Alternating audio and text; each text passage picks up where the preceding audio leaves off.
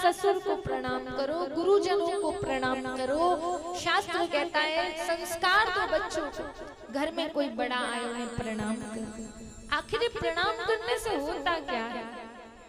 बोले अभिवादनशीलस्य नित्यवृद्धोपसेविना चत्वारि तस्या वर्धन्ते आयु विद्या यशो बलम। ये 4 तत्वों की प्राप्ति सहज में ही हो जाती है। जो स्त्री चाहती है कि मैं सदा सुहागन रहूं, मेरी पति की आयु मुझसे भी ज्यादा अधिक हो, मैं सदा सुहागन रहकर ही अपने प्राण त्याग दूं, तो ऐसी धर्म पत्नी को नित्य अपने पति के चरण पड़ने चाहिए। क्योंकि शास्त्र कहता है या तो ग्रस्त में जाओ मत, और ग्रस्त में गए हो आप तो ग्रस्त में पति ही परमेश्वर बराबर। आप कोई मंदिर नहीं गए, आपने कहीं पूजा नहीं करी, आपने कोई आराधना नहीं करी, लेकिन आपके घर में रहने वाले आपके पतिदेव आपसे संतुष्ट हैं। आपने पतिदेव को खुश कर लिया, उन्हें प्रणाम किया, उनका वंदन किया, आपने मर्यादा का खंडन नहीं किया, तो बोले मानो आप पर भगवान प्रसन्न हैं। और घर में रहने वाला पति दुखी, घर में रहने वाले सास ससुर दुखी, और आप मंदिरों में जाकर घंटी बजा रहे हैं, मंदिरों में जाकर भंडारे कर रहे हैं, मंदिरों में जाकर कथा श्रवण कर रहे हैं, कथा करा रहे, कोई लाभ नहीं। जब मंदिर में किसी संत के द्वार पर कोई जरा सा भगवान का प्रसाद या लड्डू देता है, तिनका भी, तो कैसे हम संजो कर उसको रख दे? ऐसा नहीं है कि किसी के घर में लड्डू नहीं होगा, लेकिन वो प्रसाद की महिमा अपरंपार है, इसलिए उस प्रसाद को हम बड़े प्रेम से, बड़ी श्रद्धा के साथ रखते हैं। लेकिन जिस परमात्मा ने प्रसाद रूपी परिवार आपको दिया, जिस परमात्मा ने प्रसाद रूपी पति आपको दिया, जिस परमात्मा ने प्रसाद रूपी बच्चे आपको दिए, माता पिता सास ससुर को परिवार दिया, उसका निरादर कर कर आप लड्डू के प्रसाद का आदर कर रहे हैं, तो वो आदर किसी काम का नहीं। गृहस्थी के लिए पहली पूजा उसके पति की सेवा है। गृहस्थी के लिए घर में रहने वाले सास ससुर की पूजा सर्वोपरि।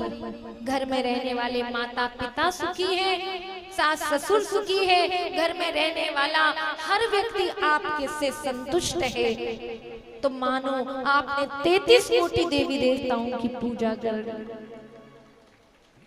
इसलिए भगवान ने जो प्रसाद रूपी परिवार आपको दिया है, उनका सम्मान करिए, उनकी पूजा करिए। इसलिए यहाँ पर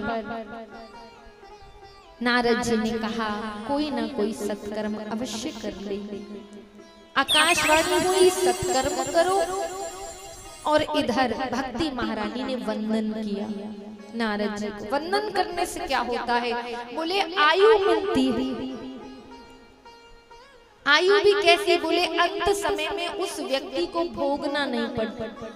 कई बार आपने देखा होगा खाट पर लोग पड़ जाते हैं, अनेक प्रकार के कष्ट उन्हें भोगने पड़ते हैं, लेकिन जो माता पिता को, गुरुजनों को, भगवान को नित्य वंदन करता है, उसे अंत समय में ऐसी स्थिति नहीं आती, क्योंकि बड़ों की, गुरुजनों की उन पर कृपा रहती है, और कृपा में बड़ी शक्ति है, इसलिए आयु की प्राप्ति होती है।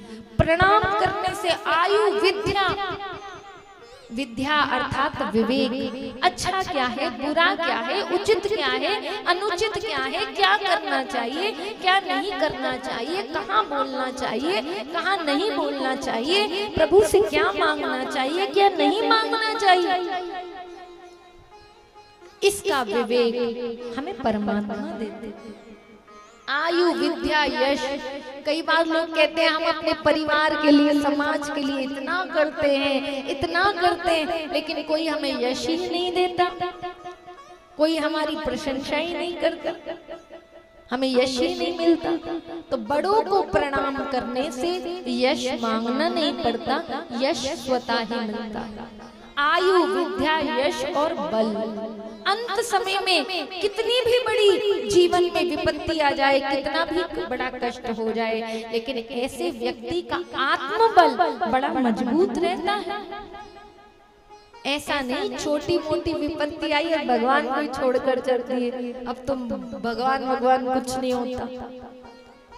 तो कहते हैं अभिवादनशीलस्य नित्य व्रतोपसेविना चत्वारि तस्या वर्धन्ते आयु विद्या यशो बलम। ये 4 गुण उस व्यक्ति में स्वतः ही आ जाते हैं।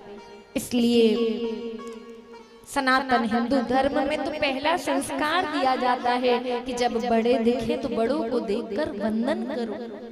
हमारे सनातन हिंदू धर्म में तो कन्याओं तक का पूजन बताया, जहाँ कन्या को ही देवी मान लिया, जहाँ माँ को ही साक्षात परमात्मा मान लिया।